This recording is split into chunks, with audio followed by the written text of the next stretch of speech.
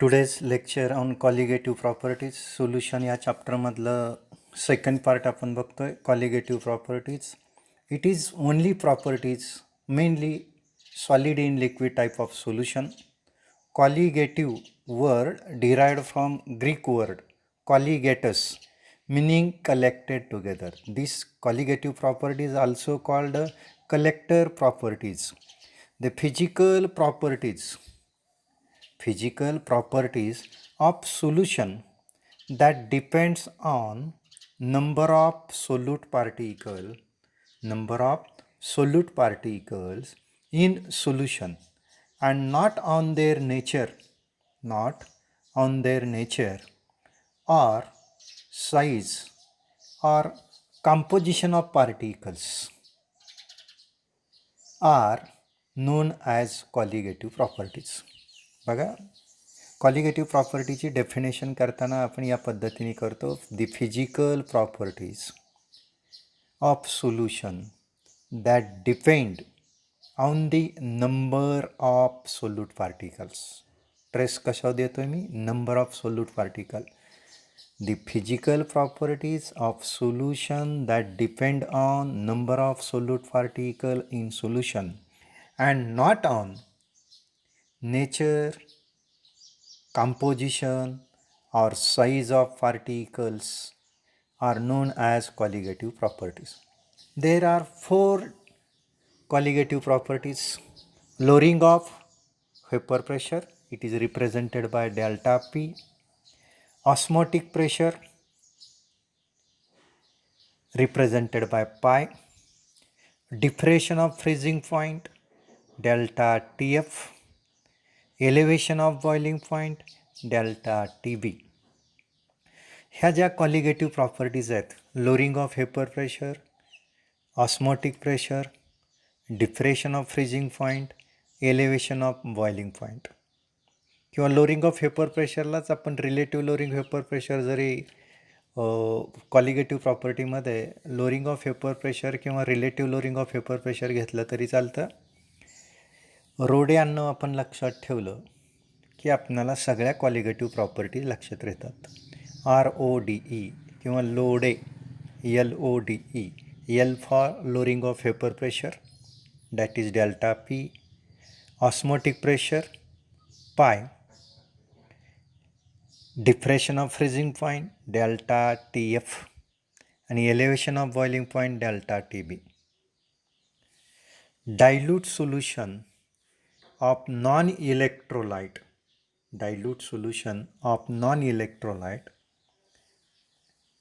not dissociate or associate or ionized. Non-electrolyte solute shows this property. Dilute solution containing non-electrolyte, that is solute, shows this property.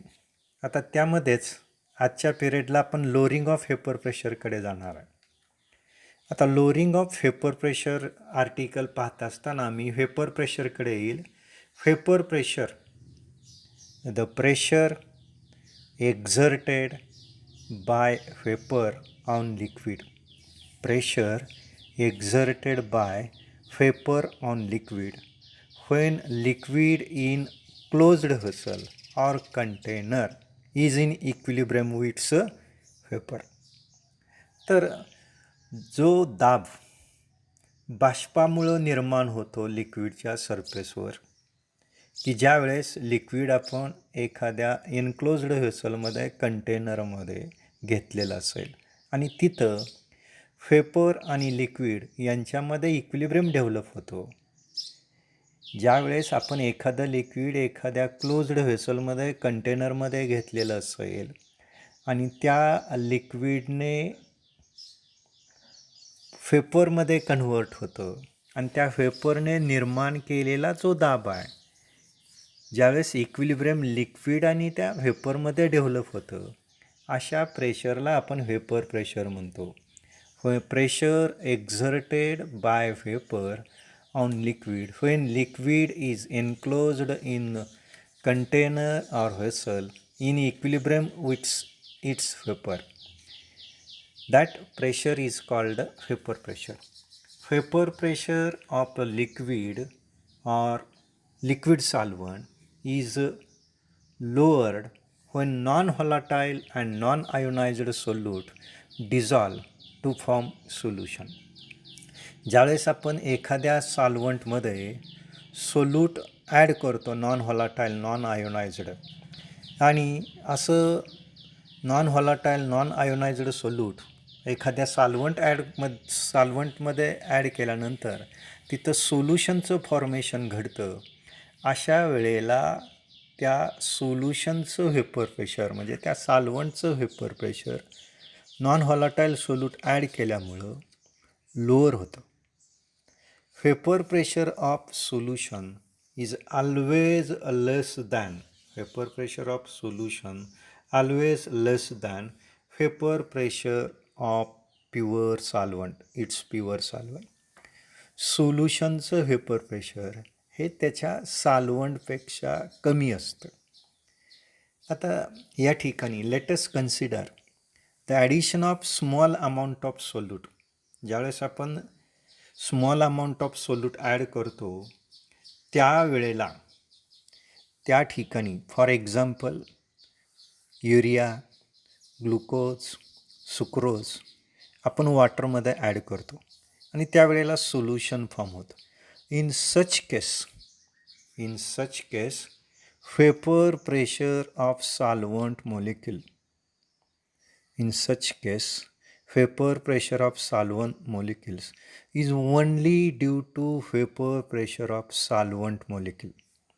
अशा केसेसमध्ये म्हणजे उदाहरणार्थ मी आपणाला सांगितलं की स्मॉल क्वांटिटीमध्ये आपण non volatile non electrolyte solute glucose, urea किंवा सुक्रोज जर ॲड केलं सॉल्व्हंटमध्ये तर सोल्युशन तयार होतं आणि अशा सोल्युशनमध्ये व्हेपर प्रेशर सोल्युशनचं हे कुणामुळं निर्माण होतं तर फक्त vapour pressure of solvent molecules on the surface of solution and not due to solute molecule.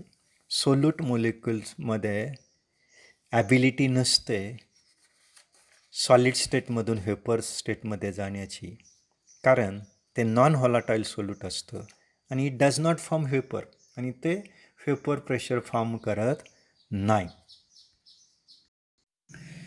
If non volatile solute added to solvent the vapour pressure is lowered. It is due to following reason. Percentage of surface area occupied by solvent decreases.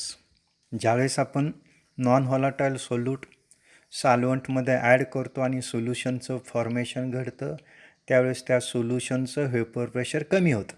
यातलं पहिलं reason आहे percentage of surface area occupied by solvent molecule decrease.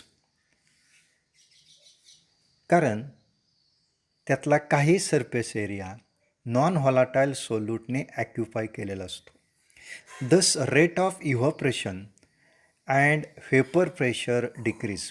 इव्हॉपरेशनचा rate आणि vapour pressure काय होतं decrease होतं because solute molecule occupy the surface area.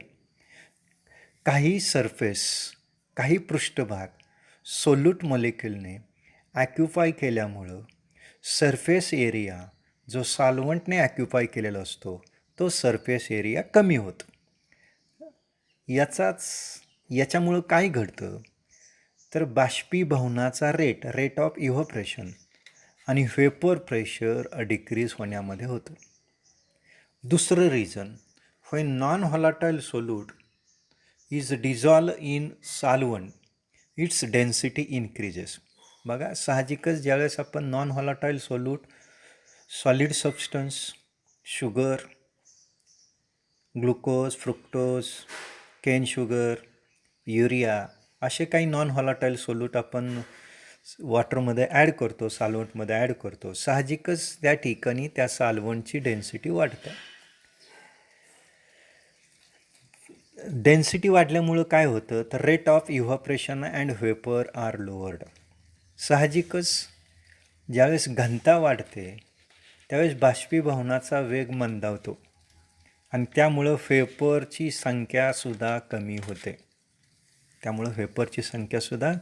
होते. हे आपण डिस्ट्रीब्युशन लॉमध्ये बघितलं की rate of vapour evaporation is inversely proportional to square root of density.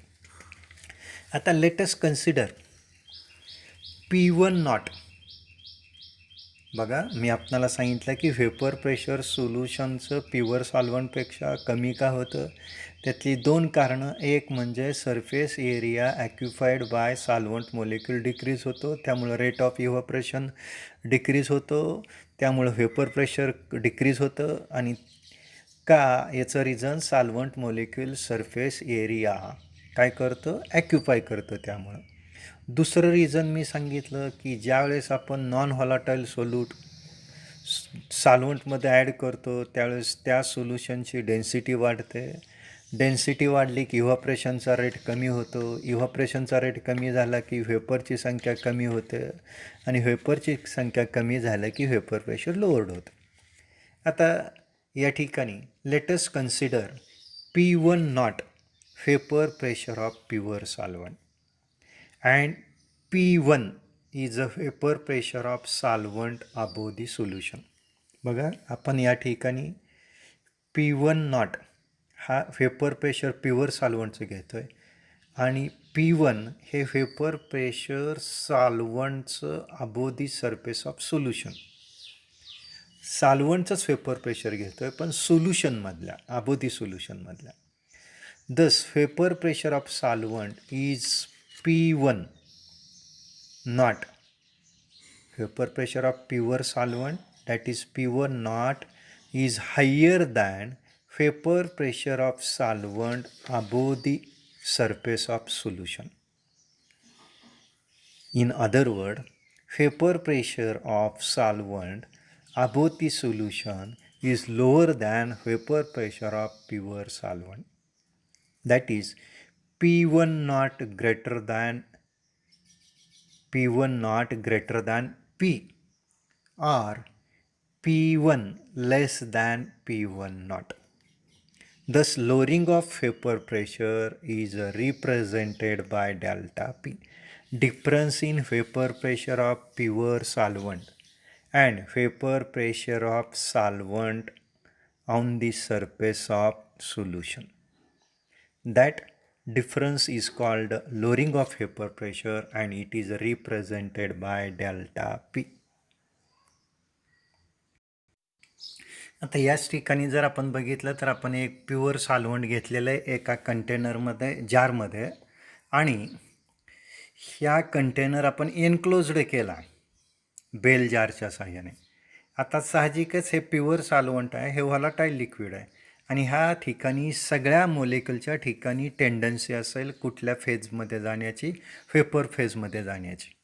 आणि त्यामुळं आपणाला लक्षात येईल की सरफेसवर फक्त आणि फक्त सॉल्व्हंटचे मोलिक्युल्स आहेत आणि त्यामुळं सगळे सॉल्व्हंटच्या मोलिक्युलच्या ठिकाणी व्हेपरमध्ये जाण्याची टेंडन्सी असल्यामुळं काय होणार आहे तर ह्याचं व्हेपर प्रेशर आपणाला प्युअर सॉल्व्हंटचं मॅक्झिमम पाहायला मिळणार आहे. आणि ज्यावेळेस आपण टेम्परेचर या ठिकाणी वाढवत जाऊ, मोर अँड मोर लिक्विड व्हेपराईज आणि हेन्स व्हेपर प्रेशर काय होईल, इन्क्रीज होईल. आता यामध्ये जर आपण नॉन व्हॉलाटाईल सोल्यूट ॲड केलं, डिझॉल्व केलं सॉल्व्हंटमध्ये आणि सोल्युशनचं फॉर्मेशन या ठिकाणी तयार होईल. आता या सॉल्व्हंटमध्ये आपण सोल्यूट ॲड केलं, नॉन व्हॉलाटाईल सोल्यूट. साहजिकच या सरफेसवर सोल्युशन आहे, या ठिकाणी सॉल्व्हंट नाही आहे, आता काय सोल्युशन आहे. Solute, non volatile solute सॉल्व्हंटमध्ये add केल्यानंतर सोल्युशन फॉर्म झालं. साहजिकच या ठिकाणी आपणाला लक्षात येतं आहे की या सोल्युशनच्या सरफेसवर 2 प्रकारचे मोलिक्यूल पाहायला मिळतात. एक शेडेड ॲरो केलेला ब्लॅक जे सर्कल दिसतं आहे ते सोल्यूटचा मोलिक्यूल आहे, तो नॉन व्हॉलाटाईल आहे. आणि फक्त जो ब्लॅक शेडेड ॲरो सर्कल सोडून एमटी जे सर्कल्स आहेत या ठिकाणी दिसतात पांढरे गोल, तर या ठिकाणी जे व्हाईट सर्कल दिसतात हे व्हाईट सर्कल म्हणजे सॉल्व्हंटचे मॉलिक्युल्स आहेत. तर ब्लॅक सर्कलच्या मॉलिक्युल्स व्हेपर स्टेटमध्ये जात नाहीत, परंतु ह्या ठिकाणी हे सोल्यूटचे मॉलिक्युल्स आहेत, नॉन व्हॉलाटाईल्स आहेत. आणि व्हाईट सर्कलचे जे मॉलिक्युल्स आहेत या मॉलिक्युलच्या ठिकाणी आपणाला साहजिकच काय पाहायला मिळतं, तर यांच्याकडे इव्हॅपोरेशनची टेंडन्सी, हे लिक्विड स्टेटमधून व्हेपर स्टेटमध्ये जातं. साहजिकच आपणाला असं लक्षात येईल की पहिल्या आकृतीमध्ये आपण पाहिलं की सरफेसवर सगळेच्या सगळे जे मॉलिक्युल होते ते सॉल्व्हंटचे होते. या ठिकाणी ह्या सोल्युशनच्या हा जो डायग्रॅम आहे, या सोल्युशनच्या डायग्रॅममध्ये आपल्याला असं लक्षात येतं की सोल्यूटचे मॉलिक्युल्स हे सॉल्व्हंटच्या मॉलिक्युल्स बरोबर सरफेसवर प्रेझेंट आहेत. आणि फक्त सॉल्व्हंटचेच मॉलिक्युल काय होतील, लिक्विड सरफेस सोडून जातील. सोल्यूटचे मॉलिक्युल लिक्विड सरफेस सोडणार नाही. यामुळं काय होईल, ज्यावेळेस नॉन व्हॉलाटाईल सोल्यूट आपण सोल्युशनमध्ये डिझॉल्व करतो, surface area partly occupied by some non volatile solute. यातला काही सरफेस एरिया नॉन व्हॉलाटाईल सोल्यूटकडून ॲक्युपाईड होतो आणि this cause lowering of vapour pressure. आणि याचा परिणाम काय होतो, व्हेपर प्रेशर कमी होण्यामध्ये होतो.